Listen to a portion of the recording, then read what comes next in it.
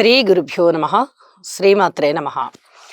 మా రావినూతల భక్తిని ప్రోత్సహిస్తున్నటువంటి మా ప్రేక్షకులందరికీ ధన్యవాదాలు తెలియజేస్తూ ఒక చిన్న విన్నపము తెలియజేసుకుంటున్నాము.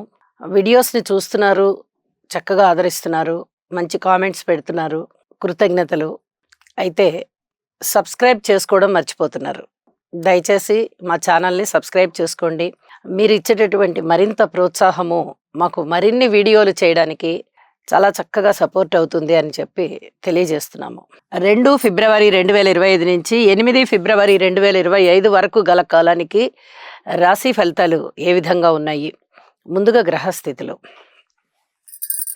మీన రాశిలో రాహువు, చంద్ర, శుక్ర గ్రహాలు, వృషభ రాశిలో వక్రించిన గురువుగారు, మిథున రాశిలో వక్రించిన కుజుడు, కన్య రాశిలో కేతువు, మకర రాశిలో రవి, బుధులు, అలాగే శనిగారి యొక్క స్థితి కుంభరాశిలో ఉంటూ ఉండగా వారాంతానికి వెళ్ళేటప్పటికీ చంద్రుని యొక్క స్థితి మాత్రమే కుజునితో కలిసి ఉన్నది. ఇది చెప్పదగినటువంటి మార్పు. ఒక్క గ్రహం మాత్రమే మారి ఉన్నది. ఇది మా ప్రేక్షకులు గమనించగలరు. ఈ గ్రహ స్థితుల యొక్క ముఖ్యాంశాలు ఏమిటి అంటే రవి బుధుల కలయిక, అలాగే వారాంతంలో చంద్ర కుజుల కలయిక, శుక్ర రాహుల కలయిక అలా ఉంటూనే వార ప్రారంభంలో చంద్రుడితో కలిసి ఉన్నటువంటి స్థితి ఇక వారాంతానికి వెళ్ళేటప్పటికి కుజునితో కలిసిపోయింది. వీటికి ఫలితాలు ఏమిటి అని అంటే ఇక్కడ శుక్ర రాహుల కలయిక వచ్చేసి కొంచెం అన్యోన్యతని దెబ్బతీసేటట్టుగా, ప్రేమ వ్యవహారాలను దెబ్బతీసేటట్టుగా, ఎవరి మధ్యనైనా సరే ఎఫెక్షన్స్ని దెబ్బతీసేటట్టుగా ఉంటుంది. అలాగే చంద్ర రాహువుల కలయిక మానసికమైన ఒత్తిడిని పెంచే విధంగా ఉంటుంది. ఇక చంద్ర శుక్రుల కలయిక కళలలో చక్కని అభిరుచిని ఇచ్చేటట్టుగా ఉంటుంది. శుక్రుడు ఉచ్చలో ఉంటారు కాబట్టి చంద్రునితో కలిసినప్పుడు చాలా అద్భుతమైనటువంటి లలిత కళలని ప్రోత్సహిస్తారు. ఇది చెప్పదగినటువంటి సూచన. ఇక రవి బుధుల కలయిక బుధ ఆదిత్య యోగాన్ని తెలియజేస్తూ ఉంటుంది. ఇది దాదాపుగా అన్ని రాసుల వాళ్ళకి కూడా శుభ ఫలితాలే ఇస్తుంది అని చెప్పి తెలియచెప్పడం జరుగుతోంది. ఆర్థికాభివృద్ధి, బంధుమిత్రుల ఆదరణ, ఈ రెండూ కూడా చాలా అద్భుతంగా ఉంటాయి. ఇక చంద్ర కుజుల యొక్క కలయిక చంద్రమంగళ యోగాన్ని తెలియజేస్తూ ఉంటుంది. ఇది జన్మజాతకంలో చాలా పెద్ద ప్లస్ పాయింట్ అవుతుంది. గోచారంలో అంత ఎక్కువగా ఉండదు. అయితే కుజుని యొక్క దోషాలని పరిహరిస్తుంది చంద్రగ్రహం. చంద్రుడితో కలిసి కుజుడు ఉంటే గనక కుజుని యొక్క దోషాలన్నీ పోతాయి అని చెప్పి జ్యోతిష శాస్త్రం చెప్తూ ఉన్న కారణం చేత ఈ చంద్రమంగళ యోగం మంచిది అని చెప్పి తెలియచేస్తూ ఉంటాము. ఇక గ్రహ దృష్టుల యొక్క ఫలితాల దగ్గరికి వచ్చేటప్పటికి గురువు గారి యొక్క దృష్టి కేతువు మీద పడుతుంది, కుజుని యొక్క దృష్టి కేతువు మీద పడుతుంది. అయితే ఈ రెండు గ్రహాల యొక్క దృష్టుల ఫలితాలు కూడా ఆధ్యాత్మిక చింతనని పెంచే విధంగా ఉన్నాయి. అలాగే ఆధ్యాత్మిక చింతన పెరుగుతుంది. అలాగే కుజుని యొక్క 8వ దృష్టి రవి బుధుల మీద పడుతూ ఉంది. ఇది కొంచెం ఆరోగ్య రీత్యా జాగ్రత్తగా ఉండాలి, ఏ రాశి వారైనా కానీ. ఇది చెప్పదగినటువంటి సూచన. అలాగే గురువు గారి యొక్క 9వ దృష్టి కూడా రవి బుధుల మీద పడుతోంది. అడ్మినిస్ట్రేషన్ కెపాసిటీ పెరగడము, అలాగే వ్యాపార వ్యవహార దక్షత పెరగడము, లాంగ్వేజెస్ ఇంప్రూవ్ అవడము ఇవన్నీ ఉంటూ ఉన్న కారణం చేత ఈ దృష్టులు కూడా చాలా చాలా మంచివి అని చెప్పి, అంటే ఫలితాలు చాలా చాలా మంచివి అని చెప్పి తెలియజేస్తూ ఇక రాసుల్లోకి వెళ్దాము. కుంభరాశి వారికి ఇంకా ఇంకా కృషి చేయవలసినటువంటి కాలము. ఏలినాటి శని జరుగుతూ ఉంది. గురువుగారి బలం లేదు, రాహు బలం లేదు, కేతు బలం లేదు, మిగతా గ్రహాల బలాలు కూడా అంతంత మాత్రంగా ఉన్నాయి. ఒక్క శుక్రాచార్యుల వారి బలం మాత్రమే ద్వితీయ స్థానంలో ఉన్నది. అది కూడా షష్టాధిపతి అయిన చంద్రుడితోనూ రాహు గారితోనూ కలిసి ఉన్న కారణం చేత మీకు మీ మాటకి చలామణి ఉంటుంది, లలిత కళలలో అభినివేశం ఉంటుంది, మంచి ప్రావీణ్యత ఉంటుంది, చక్కటి అవకాశాలు దూసుకొస్తాయి, మీకు కీర్తి ప్రతిష్టలు సంప్రాప్తిస్తాయి. మిగతా అన్ని విషయాలలో కూడా పూర్తి ఓర్పు కలిగి ఉండాలి. ఇది చాలా చాలా చెప్పదగినటువంటి సూచన.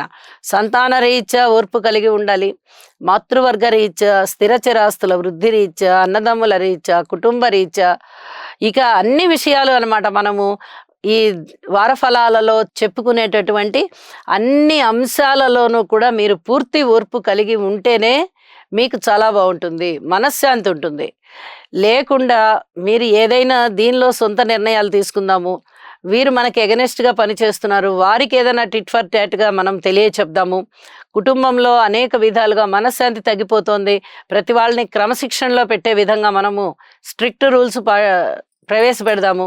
ఇలాంటి ఆలోచనలు ఏమన్నా చేశారంటే మీకు ఇంకా ఇంకా మానసికమైన వేదన పెరిగే పరిస్థితి కనిపిస్తోంది. మానసికమైన ప్రశాంతత కోసం ప్రయత్నం చేయండి, కొంచెం ఓర్పు కలిగి ఉండండి. మిగతా అన్ని విషయాలు కూడా బాగుంటాయి అని చెప్పి తెలియజేస్తూ, వారాంతంలో మారినటువంటి చంద్రగ్రహ స్థితి కూడా మీకు అంత అనుకూలంగా లేదు, కొంచెం దుఃఖాలకి కలహాలకి దారితీసే విధంగా ఉంది. కాబట్టి నవగ్రహ స్తోత్ర పారాయణాలు చేస్తూ, శివారాధన చేస్తూ, శనిగారికి తైలాభిషేకం చేస్తూ, భగవంతుని మీద భారం వేయండి. మీ కృషిని మీరు చెయ్యండి, కృషిని ఎప్పుడూ ఆపకూడదు. మీకు ఏదో విధంగా కలిసి వచ్చే కాలం వస్తుంది అని చెప్పి సూచన చేస్తూ, అన్ని డివిజన్స్లోనూ ఓర్పు కలిగి ఉండండి. అయితే ఒక్కొక్కసారి గ్రహాల యొక్క పరిస్థితులు అంత అనుకూలంగా ఉండవు, అన్నంత మాత్రాన కుంగిపోవాల్సిన అవసరం లేదు. రేపు ఇవే ఇప్పుడు అననుకూలంగా ఉన్నటువంటి గ్రహాలే రేపు అనుకూల స్థితికి చేరుకుంటే ఒక్కసారిగా 6 గ్రహాలు, 5 గ్రహాలు, 7 గ్రహాలు కూడా మీకు అనుకూలమైపోయి మిమ్మల్ని చాలా చాలా ఉన్నత స్థానాల్లో కూర్చోబెడతాయి. ఆ రోజులు కూడా అతి త్వరలోనే వస్తున్నాయి అని చెప్పి గుర్తు చేస్తూ, ఇప్పుడు ప్రస్తుతానికైతే ఓర్పు కలిగి ఉండండి, ఇది అన్ని విధాలుగానూ మంచిది అని చెప్పి తెలియజేస్తూ ఉన్నాను. శుభం. ఈ రాశివారు నవగ్రహ ధ్యాన శ్లోకం అయినటువంటి ఆదిత్యాయ చ సోమాయ మంగళాయ బుధాయ చ గురు శుక్ర శనిభ్యశ్చ రాహవే కేతవే నమః అనే మంత్రాన్ని ప్రతినిత్యము పఠించడం ద్వారా లేదా వినడం ద్వారా మీకు మరింత మేలు జరుగుతుంది. అలాగే మీ మనస్సంకల్పం ఏదైతే ఉందో అది సిద్ధించే అవకాశం ఉన్నది.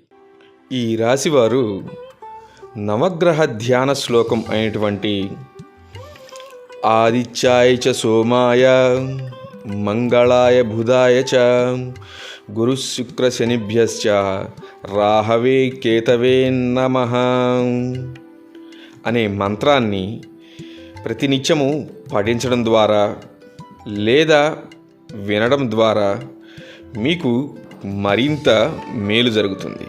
అలాగే మీ మనస్సంకల్పం ఏదైతే ఉందో అది సిద్ధించే అవకాశం ఉన్నది.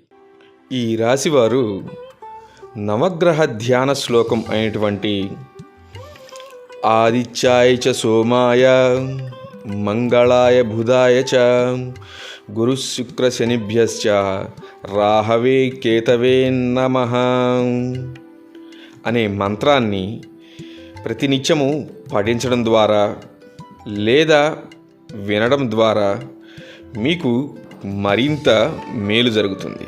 అలాగే మీ మనస్సంకల్పం ఏదైతే ఉందో అది సిద్ధించే అవకాశం ఉన్నది.